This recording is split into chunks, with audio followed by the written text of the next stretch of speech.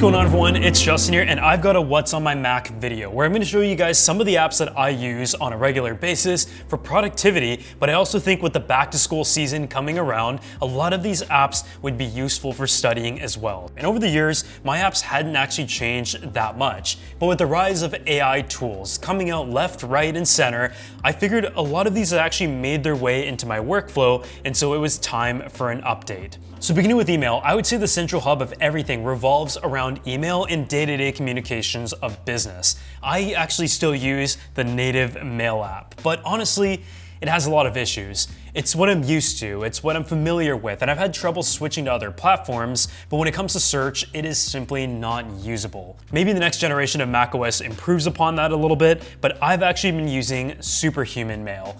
This is especially good because you can set automations, but most importantly, I really like the AI search function that is able to pull up past threads, summaries, and documents that I need to reference. And so I use Superhuman to search up stuff such as, what was the price of the last contract that we did with X company? What if we charged them in the past? When was the last time we worked together? And then I can also ask questions within the AI to tell it to make a new proposal for a new partnership. As for the notes, I'm still sticking to Apple Notes. I just find it is really easy to just throw ideas out, jot any ideas, have it formatted into bullet points, sometimes copy prompts over and then organize it, but it has been my rapid fire, and it's also been where my team has had all of their notes synced between different folders as well. Moving on, when it comes to music, I've been a Spotify guy for as long as I could remember. I didn't use Apple Music at any point, but recently, beyond Spotify, I've actually also subscribed to Tidal,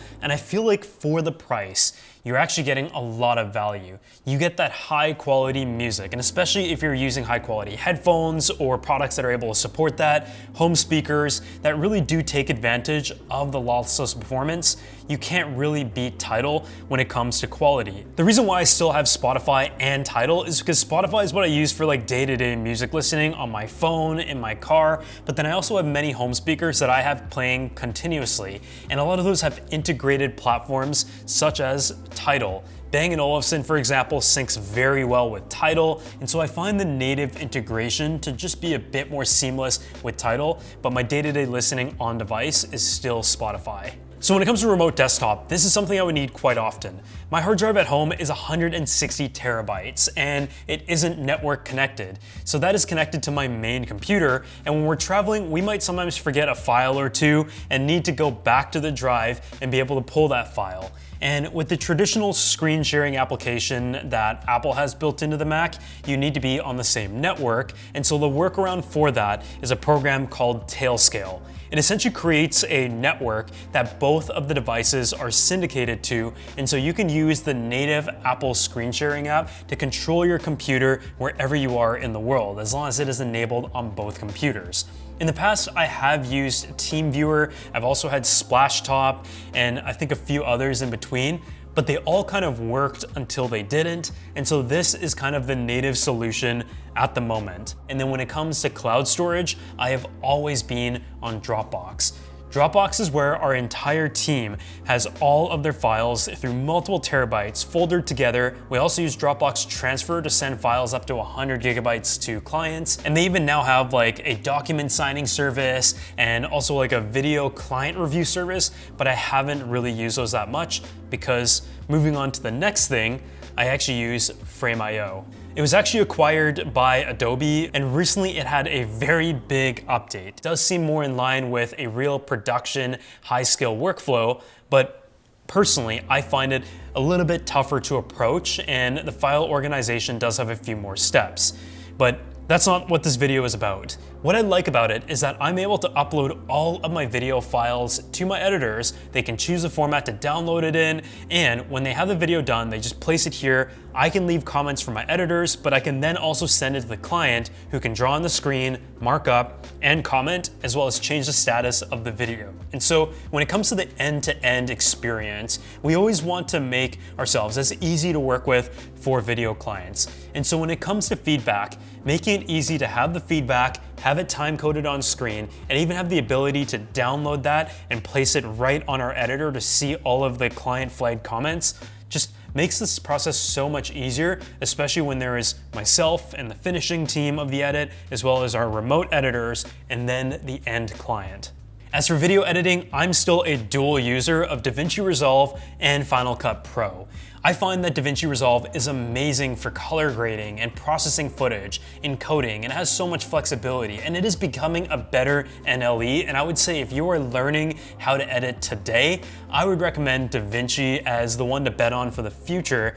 But at the end of the day, for our style of videos, Final Cut is a good mix of something that is easy, professional enough, has everything we need, and works great on Apple computers. I actually drop in all of my raw footage to DaVinci Resolve, and then from there I will grade it and make sure it all looks good and everything's even, and then I'll export it out in a more consumable file format from RedRaw to either ProRes or H.264, and then I'll edit it in Final Cut, and that is where the final export of the video comes out. As for photo editing, the process kind of starts at just getting all of the files off of the SD card. And for that, I actually use Fast Raw Viewer. It is a very quick way to view all of the raw files and either select and deselect ones that you want to import right off of the card instead of having to load it in Finder, which can often take a bit of time. And then I'll transfer it or isolate it into a drive and then import it into Lightroom.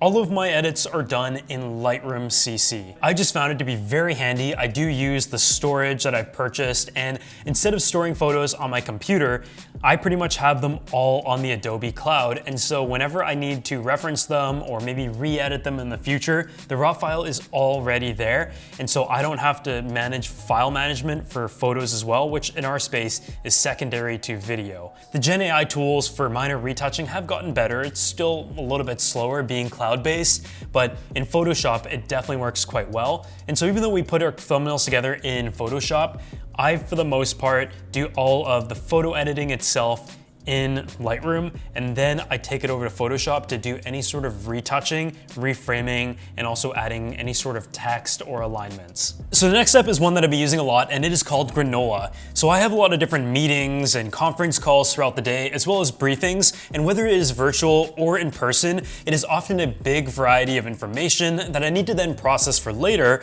but Granola essentially fixes that issue by ensuring all of your meetings are intentional and the meeting notes are sorted for you, while also creating action items so you know what to execute on next or what to follow up on in the future. Afterwards, I can search across these conversations and also use the agent chat to ask questions, pull action items, and reference ideas from earlier dates. So whether budgets are being discussed, plans for next steps, or tentative deadlines are being discussed, it can pull all of that information when I need to reference it in the future. Another feature that I've also been using is Granola Recipes. It's built-in pre-built prompts that are designed to help before, during, and after a meeting. So for example, I can use "What did I miss?" to quickly catch up or recap next steps before the call ends to make sure everyone is aligned on the action items, summarizing the information for both sides, and even sending a copy so each person has that reference. It also works across Zoom, Google Meet, and Slack. And recently, Granola launched an app from the ground up for the Apple Watch, allowing you to record in another dimension, especially for in-person meetings. All you have to do is tap your wrist to start taking notes. The screen turns bright green and it plays a sound so you know it's working. So if your days are also filled with meetings or you're trying to cut them down and just focus on the ones that are most effective, Granola can make your work life so much easier, whether it is virtually or in person. If you guys want to go ahead and check out Granola for yourself, use that link down below to get 1 month free, and a huge thanks to them for sponsoring this video. When it comes to task management, I've been using Notion for so many years now. It has all of my video dashboards, it has the ones that I'm working on, the ones that are coming up, and it's really been an evolution over the last 5 years. I have also tried the AI agent tools and the AI tools in general, but with Notion, what's great now is with the AI integrated, I can ask it questions to compare the data from all of the past few years, different quarters, dates that campaigns were added, just to be able to compare the volume, and it's really all I need. But now onto the topic of AI, and I think the thing about AI is right now there are so many players in the market. When it comes to productivity, when it comes to general prompting, writing, Gen AI video and photo, it is very overwhelming, and I know that from being in the industry. And I think what's important is right now to try all of the tools.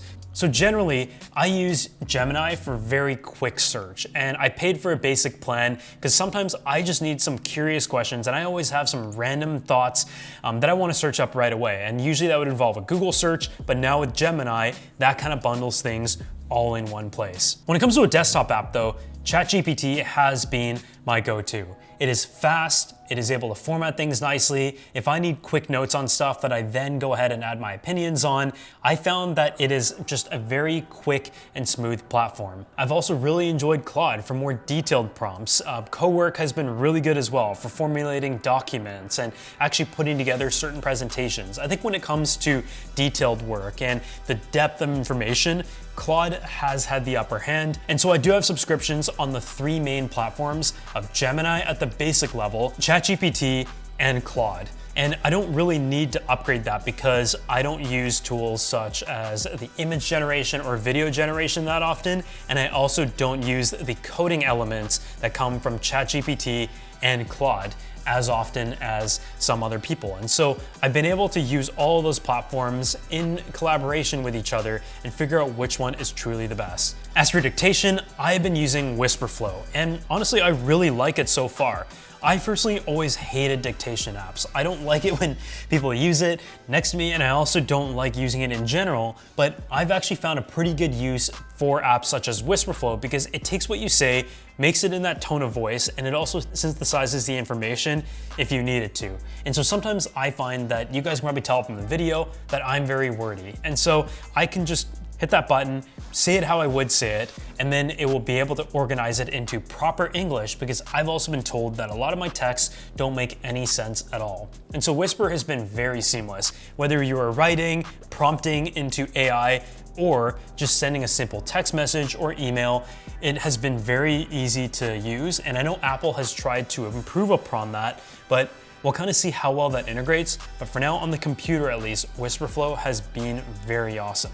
As for finance at the moment, we use QuickBooks and Quicken. I feel like that is the industry standard, and I'm not gonna pretend I log in every day and use it because I have someone on my team for that, but it has worked quite well. It is universal, and in the past we have tried to use things that make our invoices and stuff look more fancy, but at the end of the day, you should use the platform that is easy to use, one that you can learn, and one that people can teach you to use if you need to. And so the industry standard, depending on your country, is what you should use. If I need to create a vision board or anything, I've still been using Milanote for that. It's just a nice way to be able to scrapboard all different ideas from the internet.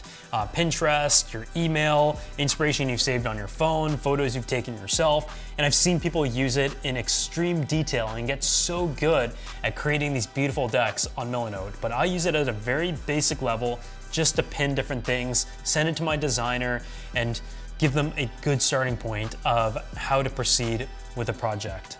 So at the end of the day, if you guys have any apps that you recommend me check out, make sure you let me know down in the comment section below because I know there are still so many. And I find that I'm very guarded with my workflow. I'm usually not open to trying new software, and if something works, even if it's not the most easy way to do it, I'm just a little bit adverse to change when it comes to workflow, and I know that can be due to stubbornness of being in the industry over time. But as always, I hope you guys enjoyed this video. Make sure you go ahead and drop a like if you did, subscribe to the channel, and I'll see you all in the next one.